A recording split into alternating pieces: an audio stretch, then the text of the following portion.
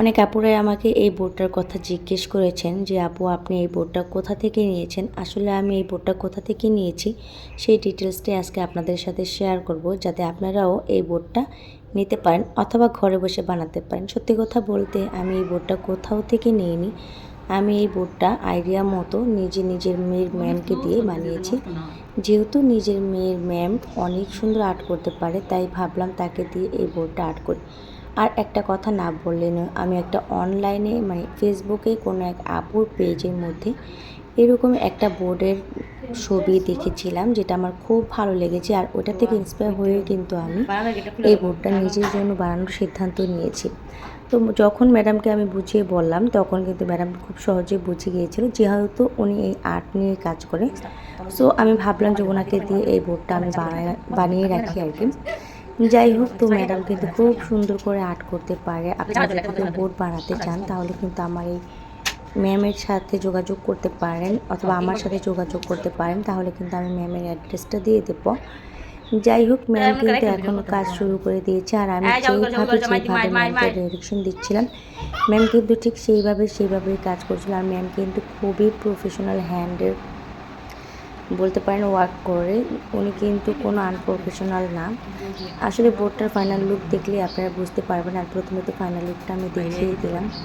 যাই হোক, এখন ফুলগুলো আর্ট করার জন্য বলতে পারেন পাতাগুলো আর্ট করার জন্য ম্যাম কিন্তু এখানে খুব সুন্দর করে পেন্সিল দিয়ে ড্র করে নিচ্ছে, যাতে পাতাগুলো খুব সুন্দর আসে। আর যদি ভুলও হয়ে থাকে তাহলে কিন্তু মোছা যাবে। আর যদি আমরা রং দিয়ে একবার ডিরেক্ট দিয়ে দিই তাহলে কিন্তু ভুল হওয়ার চান্স অনেক বেশি আছে। যাই হোক, এখন কিন্তু ম্যাম পাতাগুলো খুব সুন্দর করে আর্ট করে নিয়েছে। দেখেন প্রত্যেকটা পাতায় খুব সুন্দর লাগছে। এগুলো রং করার আগেই দেখেন কত সুন্দর আসছে।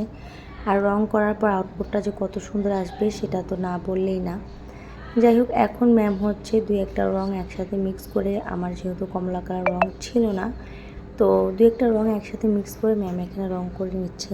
তো এখন জাস্ট পাতাগুলোর মধ্যে রং করবে। আর এই একটা পাতাতে দেবে হচ্ছে কমলা কালার রং, একটা ফুলের মধ্যে দেবে হচ্ছে কমলা কালার রং।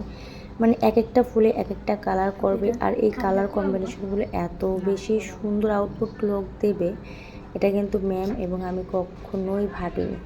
যাই হোক, ম্যাম হচ্ছে খুব সুন্দর করে এখন পাতাগুলো আর্ট করে নিচ্ছে একটা একটা করে। আর এটা কিন্তু আমি একদিনেই বানিয়ে ফেলিনি।